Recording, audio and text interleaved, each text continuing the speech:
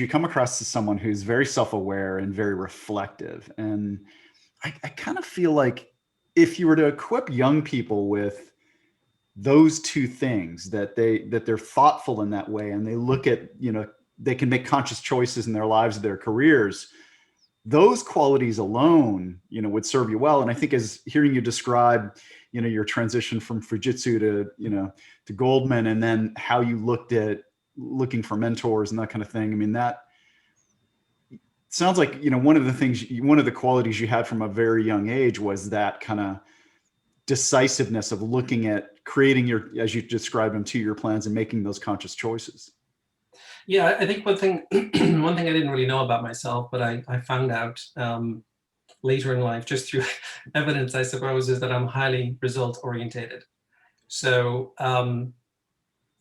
growing up as a kid, I was never the sporty one. My brother got all the sports genes, and I really didn't like sports. What was the point? I mean, I could run around the field, score a goal, and win a prize. Okay, so what? What do we do then? So it didn't kind of work for me. I was kind of into music, and I was into, other things.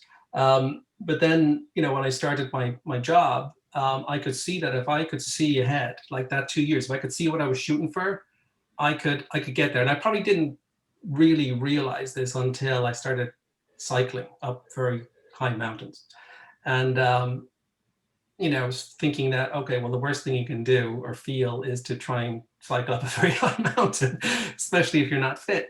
And so you gotta start somewhere. And I kind of took automatically the same attitude to say, well, I've got to get up that mountain, but I'm not going to get up all of the mountain on the first ride. So let's just start riding, not so tall mountains and building some fitness. And then as I started to kind of go for the higher peaks, it was kind of looking and thinking about, well, I just need to make it around the next corner. That's all. It's all in your head. It's all kind of mental. If you can make it to the next corner, that's what matters. It doesn't matter if there's 28 bends to come and another 1,000 meters of climbing. It just matters that you get to the next corner. So I kind of adopted, I suppose, automatically that kind of philosophy, I suppose, in terms of just a physical exercise, and something that I wasn't terribly sporty at. But that's where I found that cycling, either in a group or by myself, really worked, because I was competing in many ways against myself, because I don't really naturally compete with others. We all compete with others in a way, but I always kind of look for, well, how can we kind of get the best of everybody and progress? Because I never think I'm certainly never the smartest guy in the room. I certainly have something to contribute, but I have a huge amount to learn. So whether you're cycling up a mountain or you're progressing in your career, there's got to be somebody that you can help out that's probably more physically fit, or smarter than you, that you can help. And as we say sometimes, the person that passes the year out career-wise and gets to the top, well, you better be nice to them on the way up. There's some altruism, self-enlightened altruism there, there as well. So I think that is something that I probably realized later, that I probably had been doing that just in my career and how I thought about my own development early in life. And that's it works for me. It doesn't necessarily work for everybody, but I think this whole self-awareness thing is very important, because I think people can go down the route of looking at role models. They're trying to get mentors, and they're kind of looking for a pre-packaged solution to say, you do this, you're going to play a mentor in this kind of role. This is what I want to be, but I want to be there tomorrow. And you're thinking, well, you're not going to get there tomorrow.